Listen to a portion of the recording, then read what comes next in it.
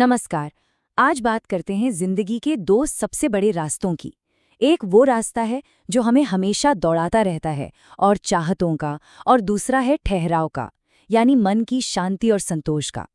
चलिए इन दोनों के बीच की जो कश्मकश है ना, उसे जरा करीब से समझते हैं।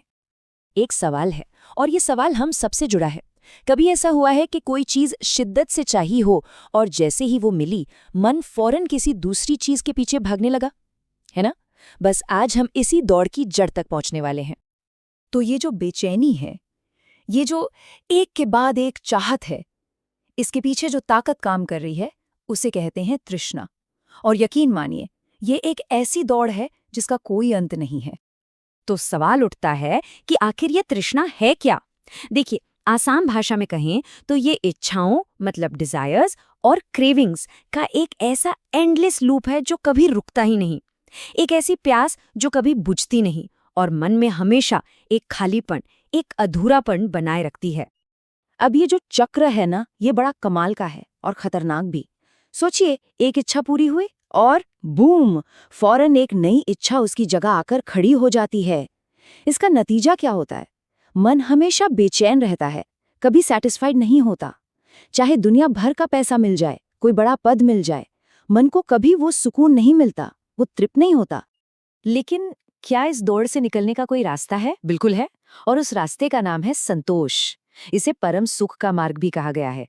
ये तृष्णा की पैदा की हुई अशांति का, कह सकते हैं कि सबसे पावरफुल सॉल्यूशन है। तो संतोष का मतलब क्या है?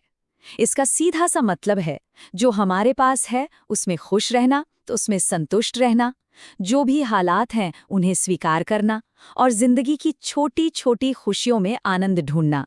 सच पूछिए तो असली सुख यही है। और यहाँ देखिए, ये तुलना कितनी साफ तस्वीर पेश करती है। एक तरफ है तृष्णा का रास्ता, जो क्या देता है? बेचैनी, चिंता और असंतोष। और दूसरी तरफ है संतोष का रास्ता, जो लाता है शांति, सुकून और सच्ची खुशी। एक रास्ता हमें अधूरेपन की तरफ धकेलता है और दूसरा संतुलन और आनंद की ओर ले जाता है। तो अगर कोई संतोष का रास्ता अपनाए तो उसे इनाम में क्या मिलता है?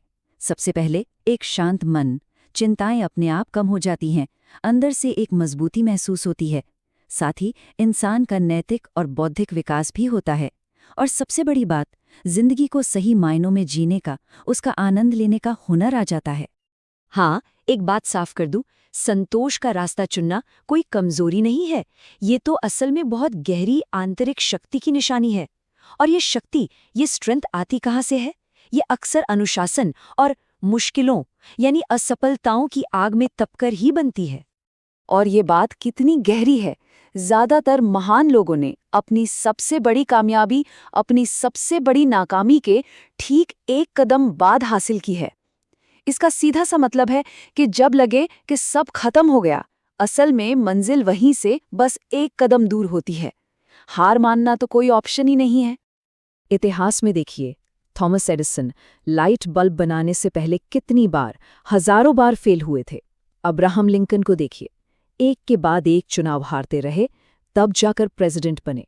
या फिर महात्मा गांधी कितने अपमान और मुश्किलें सहीं, और उन्हें अनुभवों ने उन्हें सत्य और अहिंसा का वो रास्ता दिखाया जिसने दुनिया बदल दी। ये सब क्या सिखाते हैं? यही कि असफलता एंड नहीं है, बल्कि कामयाबी के रास्ते की एक सीढ़ी है।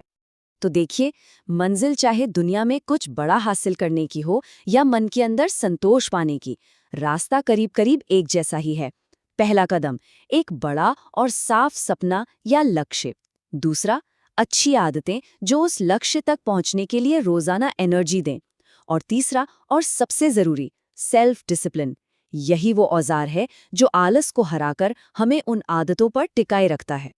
चलिए अब थोड़ा मानसिकता की बात करते हैं, माइंडसेट की। संतोष का रास्ता ज्ञान यानी नॉलेज से जुड़ा है और तृष्णा का रास्ता अज्ञान यानी इग्नोरेंस से।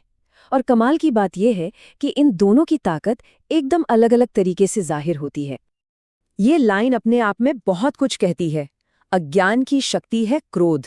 सोच कर देखिए, जब समझ की कमी होती है तो इंसान का सबसे पहला रिएक्शन अक्सर गुस्सा और बेचैनी ही होता है। ये बहुत शोर करता है।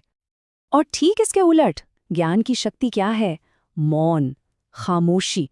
सच्चा ज्ञान अपने साथ एक शांति, एक ठहराव और एक ऐसा आत्मविश्वास लाता है जिसे दिखाने के लिए चीखने चिल्लाने की जरूरत नहीं पड़ती। अज्ञान से पैदा होने वाले इस शोर का एक बहुत अच्छा उदाहरण है ये कि यहाँ की बात वहाँ बताने वाले खुश रहते हैं आग लगाने वाले। ये क्या है?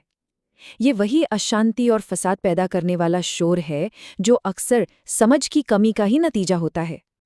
तो अब हम सारी बातों को समेटकर एक आखिरी सवाल पर आते हैं, तृष्णा और संतोष के बीच चुनना। असल में ये चुनना है कि कोई अपनी जिंदगी कैसे गुजारना चाहता है, जलते हुए या जीते हुए।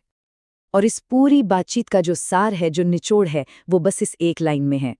इच्छाओं की आग में जलते रहने से कहीं बेहतर है कि संतोष के साथ जिंदगी को आसान, शांत और खुशहाल बनाया जाए। शायद यही सबसे बड़ा सबक है। तो आखिर में सवाल फिर वहीं आकर रुकता है, उस अंतहीन दौड़ में जलते रहना है या शांति और सुकून से जीना है। ये एक ऐसा फैसला है जो हर किसी को खुद अपने लिए करना होता है। अब देखने वाली बात यह है कि कौन सा रास्ता चुना जाता है।